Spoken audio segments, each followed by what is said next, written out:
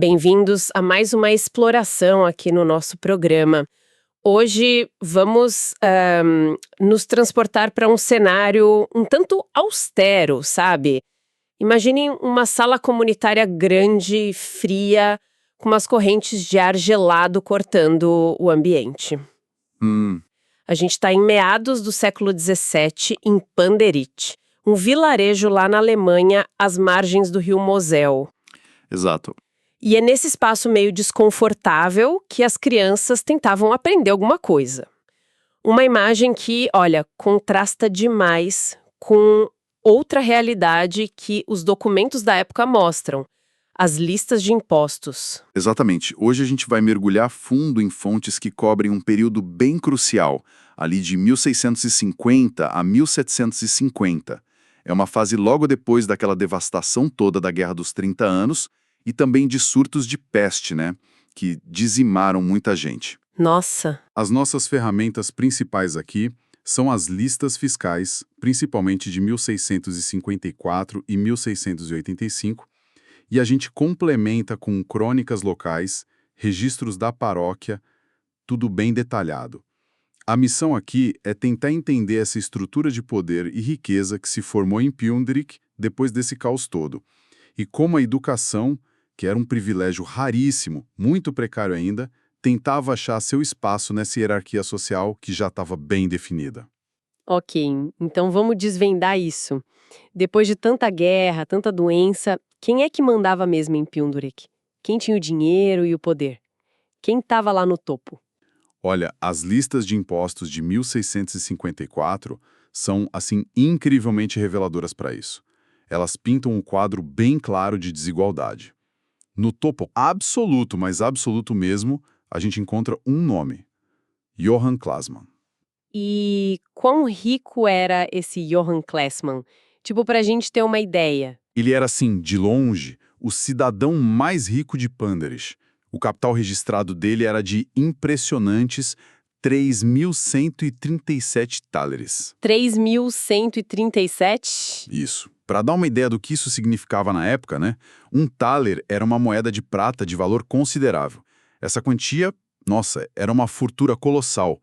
Talvez mais do que um trabalhador comum ganharia, sei lá, em décadas de trabalho duro. A gente está falando do ápice da riqueza rural ali. Uau! Mas o Klasman não era só rico em dinheiro, entende? Ah, tinha mais coisa envolvida então. Sim, e isso é fundamental para entender o poder dele. Além da fortuna, ele ocupava cargos de enorme influência local. Ele era Schoff, que a gente pode traduzir como um jurado ou magistrado leigo, sabe? Participava das decisões da justiça local. Uhum. E também era Hofmann des Kurfürsten, ou seja, o administrador de uma propriedade que pertencia ao príncipe eleitor, o governante da região. Entendi. Essa combinação de muita riqueza pessoal com controle sobre terras importantes e um papel no sistema judicial, isso dava ao Klasman um nível de influência, assim, quase inquestionável na vila.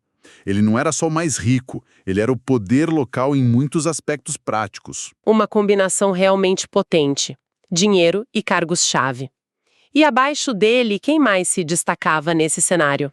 Tinha outras famílias ali disputando ou consolidando posições? Com certeza. O clã da família Hermes, por exemplo, aparece como a terceira força econômica mais importante na lista de 1654. O patrimônio total deles era estimado em 2.165 thalers.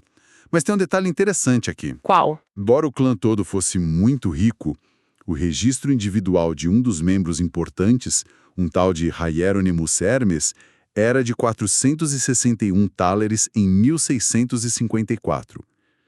Isso talvez sugira que a riqueza era meio distribuída entre vários ramos da família, ou talvez ele fosse só um dos pilares, né?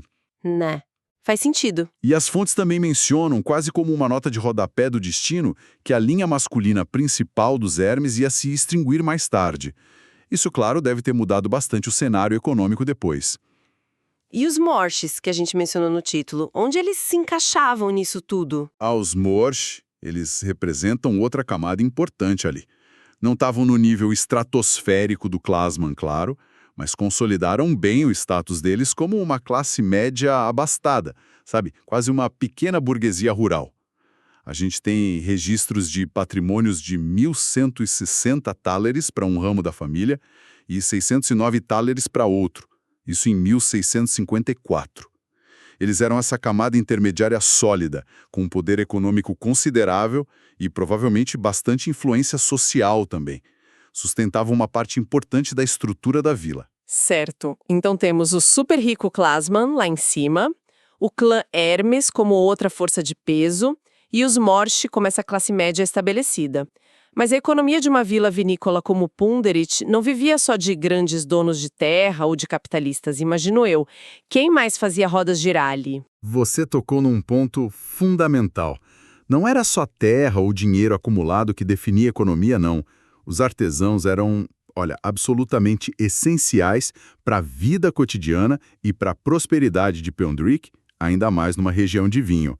E as listas fiscais de 1654 mostram isso claramente. Que tipo de artesãos e como era a situação deles? Eram ricos também? Temos exemplos bem notáveis. Christoph Scher, um tanoeiro Kufer, no termo local, ele possuía 783 thalers em 1654. Tanoeiro, o cara que fazia os barris, certo? Exato. Pensa na importância disso numa região que vivia do vinho. O tanoeiro era uma figura central. A riqueza dele, quase no nível de alguns ramos dos Morsch, mostra isso. Outro exemplo é Matthias Schmitz, o padeiro, o Bäcker. Ele foi registrado com 834 thalers. Era considerado abastado também e, segundo os registros da paróquia, tinha muitos filhos. Ah, é? Sim. O que na época, apesar dos custos, podia ser visto como um sinal de estabilidade, de prosperidade, A capacidade de sustentar uma família grande. E a família Scher, do tanoeiro Christoph, você mencionou que eles formaram uma espécie de dinastia. Como isso funcionava? O ofício passava de pai para filho, essas coisas? Exatamente. A família Scher é um exemplo fascinante disso. Eles representam uma linhagem construída não sobre grandes propriedades de terra, como talvez os Klasman ou parte dos Hermes, mas sim sobre o trabalho duro, a habilidade técnica, a reputação no ofício da tanoaria. Eles mostram que a riqueza e a influência em Punderik não vinham só da agricultura ou de conexões com a nobreza distante. Vinham também do domínio de ofícios essenciais e da capacidade de passar isso, o negócio e o conhecimento, de geração em geração. Eram, a espinha dorsal da economia local. Entendido. Então, essa sociedade tinha os super ricos no topo, uma classe média sólida como os Morsch e artesãos bem-sucedidos e essenciais como os Scharler e os Schmitz. Mas a gente já mencionou que o poder não vinha só do dinheiro das listas de impostos. Os cargos públicos, os cargos na igreja, eram cruciais. Como essa dimensão do poder se configurava? Precisamente. E o que a gente observa muito claramente nesse período entre 1650 e 1750 é uma tendência forte de concentrar esses cargos em certas famílias. Quase como se essas posições virassem parte de uma herança familiar mesmo, passadas de pai para filho ou entre parentes próximos do mesmo clã. E dois nomes se destacam muito nisso, aparecendo em posições importantes geração após geração, Simonis e Hulten, que às vezes aparece como Holten. Essa concentração de poder é intrigante. Como ela se manifestava no dia a dia? Quem eram as figuras-chave nessas famílias e que tipo de influência elas tinham com esses cargos? Vamos pegar exemplos concretos que as fontes nos dão. Johann Conrad Holten, nascido em 1672. Ele subiu para posições importantes. Ele virou Synodal Itz, que era um representante leigo nos sínodos da igreja, sabe? Um cargo de bastante relevância eclesiástica local, indicando influência nos assuntos religiosos da comunidade. Influente na igreja. E não parou por aí. Ele também foi Burgermeister, o prefeito em 1713 e 1714. Ou seja, ele acumulava influência tanto na esfera religiosa quanto na administrativa civil, um poder considerável. E a família Simonis seguiu um caminho parecido. Sim, a trajetória é bem semelhante, mostra um padrão mesmo. Johann Heinrich Simonis, nascido em 1697, seguiu uma carreira que também misturava o religioso e o influente.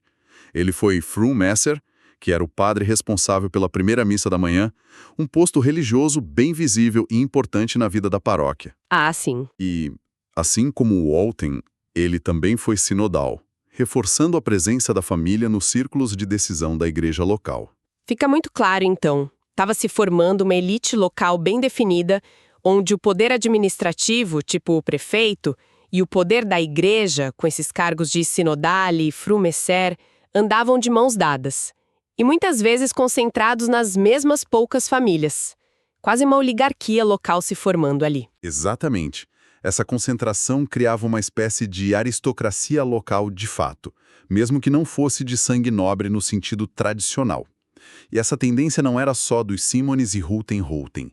Outro nome que aparece nesse contexto de elite é Sieweiras, ou Siveres. Tem um registro de 1716 mencionando esse sobrenome e um Peter Sievers, nascido por volta de 1720. Isso sugere que ou era outra família subindo, buscando seu lugar nesse círculo fechado, ou talvez já fizessem parte dessa elite estabelecida. Reforça ainda mais esse padrão de concentração de poder em poucos clãs que se perpetuavam nessas posições. Nossa.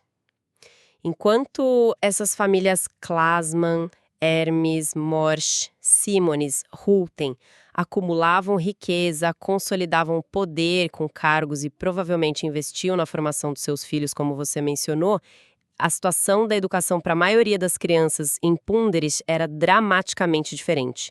Vamos voltar àquela imagem do começo, da sala comunitária fria e com corrente de ar. Como era a realidade do ensino ali? Era uma realidade, olha, brutalmente precária.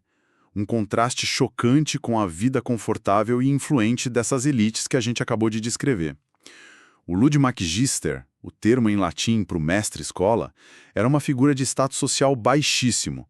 Frequentemente ele precisava ter outros trabalhos, uns bicos mesmo, para conseguir complementar a renda e sobreviver.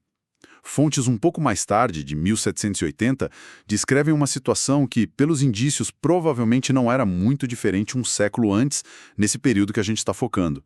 E a descrição é desoladora. Como assim? Não tinha um prédio escolar próprio em Punderi. As aulas aconteciam na sala comunitária da vila. A mesma sala usada para tudo, para reuniões, festas. Isso devia ser um caos para tentar ensinar qualquer coisa. Um caos completo. Primeiro, a sala era descrita como grande demais, o que tornava quase impossível aquecer direito no inverno rigoroso do Mosel. As crianças deviam passar um frio danado tentando aprender. Imagino. E como você intuiu, o ensino era interrompido o tempo todo. Reuniões da comunidade, assembleias e até, pasmem, bailes públicos aconteciam ali. Bailes? Na sala de aula? Exato. Imagina a cena. O pobre Ludmagister tentando ensinar o alfabeto ou umas contas básicas, enquanto do lado, ou no mesmo espaço, o pessoal se reúne para festejar com música e dança. É quase cômico se não fosse trágico para a educação, né? Com certeza. E o pagamento desse professor? Era um salário da comunidade? Do príncipe eleitor? Que nada. Longe disso. A remuneração era tão precária quanto as condições. O Ludmagister não tinha um salário fixo garantido. Ele dependia de uma pequena taxa escolar que os pais dos alunos pagavam, ou não pagavam. E o pior, ele mesmo tinha que cobrar de casa em casa, batendo de porta em porta, para receber esses valores mínimos. Ele mesmo tinha que cobrar. Que humilhação. Pois é. Tem um registro específico de um Johann Arnes, que em 1680 precisou fazer essa coleta pessoalmente. E além disso tudo, ainda se esperava que ele ensinasse as crianças pobres de graça, por amor a Deus, como diziam os documentos. Isso, claro, aumentava ainda mais a instabilidade financeira dele e o colocava numa posição social muito vulnerável. Uma figura essencial para o futuro da comunidade, mas tratada com tanto descaso. Marginalizada social e economicamente. A gente tem algum registro da trajetória de vida desses professores, além do Johann Ernst cobrando as taxas? Para ter uma ideia de como era a vida deles? Sim, a vida de um Andreas Holl, que foi professor em Pandrich entre 1733 e 1744, ilustra bem essa situação de instabilidade e de carência. A trajetória dele não ficou só em Pandrich. Ele também deu aula em vilarejos vizinhos como Ernst e Senheim, Isso mostra o que a gente pode chamar de uma biografia itinerante, marcada pela busca constante por uma vaga, por mais precária que fosse. Ele ia para onde tivesse uma oportunidade mínima de trabalho. Reflete bem a falta de estrutura e de valorização da profissão na época. E o mais irônico é que essa situação toda tão precária persistia mesmo quando já existiam, talvez, diretrizes oficiais sobre educação vindas de cima, tipo do governo do príncipe eleitor. Sim, e isso torna o quadro ainda mais gritante. Revela a distância enorme entre a intenção da lei e a realidade local. Havia de fato uma ordenança escolar do príncipe eleitor de 1747. Essa ordenança previa algo bem moderno para a época: escolaridade obrigatória para todas as crianças a partir dos 5 anos. Obrigatória?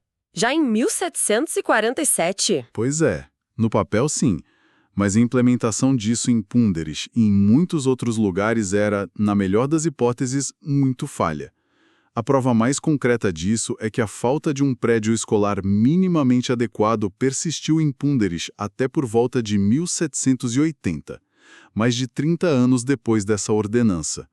Mostra bem que as prioridades locais e a falta de recursos falavam mais alto que os decretos vindos de cima. Apesar de todas essas dificuldades gigantescas, falta de prédio, pagamento ruim para o professor, interrupções, frio, a educação ainda assim era vista por alguns como um caminho possível para subir na vida, ou era uma porta totalmente fechada para quem não era da elite. Era um caminho, sim. Mas olha, um caminho extremamente estreito, íngreme, acessível só para uma fração minúscula da população. Era, na prática, um privilégio raro. No entanto, as listas de promoções acadêmicas da Universidade de Trier, que era a instituição de ensino superior mais importante ali da região, mostram que há alguns poucos nomes de pioneiro que conseguiram de alguma forma trilhar esse caminho. Temos registros, por exemplo, de um Hubert Royce, promovido em 1642, e mais tarde de um Nicolaus Simons em 1670. Simons de novo? Parece que essa família realmente entendeu o valor estratégico da educação, né? Além da riqueza e dos cargos locais. Exatamente. O caso da família Simons é particularmente ilustrativo de como a educação funcionava nesse contexto. Eles parecem ter usado a educação de forma muito consciente, muito estratégica. Não se contentavam só em acumular riqueza e ocupar os cargos administrativos e da igreja ali na vila. Eles investiam na formação educacional formal dos seus membros para que pudessem buscar e ocupar posições de ainda mais prestígio, tanto na hierarquia da igreja quanto na administração do eleitorado. Posições essas que exigiam um nível de instrução que a maioria esmagadora da população jamais alcançaria. Entendi. Para os Simons, a educação não era um direito universal, mas sim mais uma ferramenta poderosa para reforçar, legitimar e perpetuar seu status de elite. Um caminho que estava, na prática, fechado para quase todos os outros em Punderis. Entendi perfeitamente.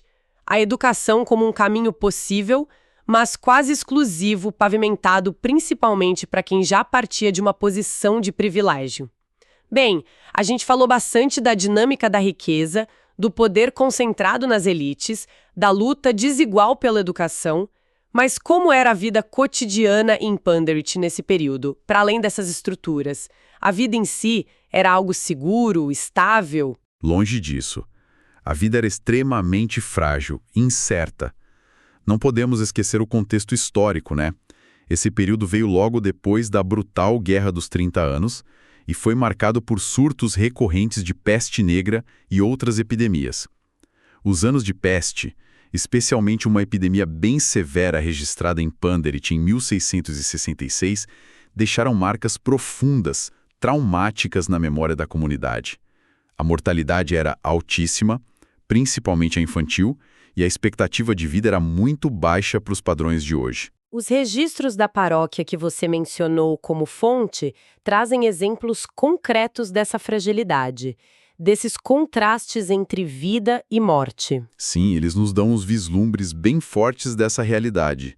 Por um lado, a gente tem casos de longevidade excepcional que viravam notícia na época. A viúva Maria Franzen, por exemplo, morreu em 1724 com impressionantes 90 anos de idade.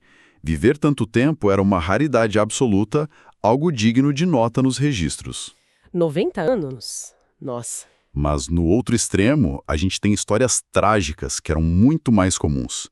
Anna Christina Scher, que era da família do tanoeiro Christoph Scher, que a gente falou, ela era esposa do padeiro Matthias Schmitz. Ela morreu em 1732, no mesmo ano em que se casou, com apenas 21 anos de idade.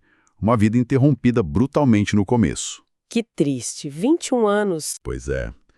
De forma geral, os registros indicam que viver além dos 70 anos era algo bem incomum. A morte era uma presença constante e familiar na vida das pessoas. Uma realidade dura, sem dúvida. Mas apesar dessa fragilidade da vida humana individual, parece que algo perdurava. Algo era construído com a intenção de durar mais que as pessoas. Talvez como um símbolo de esperança, de continuidade. Exatamente. Em meio a essa vida tão efêmera, tinha uma forte tradição de construção, especialmente de edifícios religiosos, que representavam a fé e a identidade da comunidade.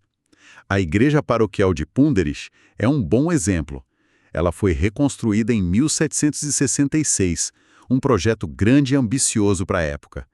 Esse prédio novo veio no lugar de uma igreja mais antiga, que era de 1529. Mas o interessante é que alguns elementos da igreja são ainda mais antigos que o próprio prédio de 1766. Como assim? Elementos que sobreviveram à reconstrução, sim, especificamente os sinos. Há registros de sinos na torre da igreja que são bem mais antigos que a estrutura atual. Um deles, por exemplo, é datado de 1681. Sério? Sim, ele sobreviveu à demolição da igreja antiga e foi reinstalado na nova. Que fascinante! Sinos de 1681 tocando numa igreja de 1766. O que isso nos diz sobre a comunidade, sobre as famílias que lideravam ali? Diz muito sobre a busca por continuidade material e espiritual. A capacidade de fazer a reconstrução da igreja paroquial, um projeto que exigia muito dinheiro e organização da comunidade, foi em grande parte sustentada pela riqueza acumulada por famílias da elite, como os Rothen, que a gente já viu ocupando cargos importantes, e também pela estabilidade econômica de outras famílias estabelecidas, como os Schmitz, a dinastia de padeiros. Essas grandes construções não eram só prédios funcionais, eram símbolos poderosos da fé compartilhada, da resiliência da comunidade diante das dificuldades, guerras, pestes, mortes e, não podemos negar, eram também manifestações do poder, da piedade e da influência das famílias que podiam financiar e liderar esses projetos. Faz todo sentido. Ao construir ou reconstruir a igreja, essas famílias não só garantiam um lugar de culto, mas também lançavam as bases materiais e simbólicas para as futuras gerações e para a perpetuação das suas próprias dinastias locais. Então, ao final dessa nossa exploração do período entre 1650 e 1750 em Punderich, que quadro geral que emerge? O que tudo isso significa, afinal? O quadro que emerge é o de uma sociedade de contrastes muito fortes, muito marcantes, moldada pelas cicatrizes da guerra e da doença, mas também pela consolidação de novas estruturas de poder. A gente vê, de um lado, a concentração de uma riqueza enorme e do poder político e eclesiástico nas mãos de um grupo muito pequeno de famílias, os Klasman, os Simon, os Ulten, os Rothen, e um pouco abaixo os Hermes e os Morsch. Eles formavam o topo indiscutível da pirâmide social, controlando não só o capital, mas também os cargos que definiam a vida da comunidade. E em contraponto direto a essa elite consolidada, existia a luta árdua, diária, da maioria da população pelas necessidades mais básicas. E como a gente viu em detalhe, pelo acesso a um bem que era tão raro, tão precário e tão desigualmente distribuído quanto a educação formal. Exatamente. A gente testemunhou nesse período a formação e o fortalecimento de uma verdadeira aristocracia local, que baseava seu domínio tanto no dinheiro quanto na ocupação estratégica quase hereditária de cargos de poder. Ao mesmo tempo, é fundamental reconhecer a resiliência e a importância vital dos artesãos, como as famílias Scher e Schmitz. Eles formavam a espinha dorsal da economia prática da vila, gerando riqueza e estabilidade com seu trabalho, mesmo sem ter grandes terras como a elite agrária. E a educação nesse cenário todo? Educação surge de forma muito incipiente, quase como um sonho distante para a maioria. O início extremamente precário do sistema escolar, simbolizado pela figura do Ludmagister lutando por reconhecimento, por um espaço digno, pela própria sobrevivência econômica, isso é um reflexo direto e doloroso das prioridades sociais e das profundas desigualdades daquela época. O acesso ao conhecimento formal, a capacidade de ler, escrever, calcular para além do básico, era de fato um privilégio restrito a pouquíssimos, e frequentemente usado como mais uma ferramenta para manter as hierarquias que já existiam. Fica, então, uma reflexão para quem nos ouve. Como essa estrutura social que se consolidou em Punderit entre 1650 e 1750, com a riqueza e o poder tão concentrados lá em cima, e a educação sendo um luxo tão escasso e de difícil acesso, como essa base moldou as gerações futuras da vila? De que maneira essa herança influenciou o desenvolvimento da comunidade nos séculos seguintes? As dinâmicas familiares que persistiram, as oportunidades que se abriram ou continuaram fechadas e as desigualdades que talvez tenham se perpetuado ou se transformado ao longo do tempo. É algo para se pensar. Até a nossa próxima exploração.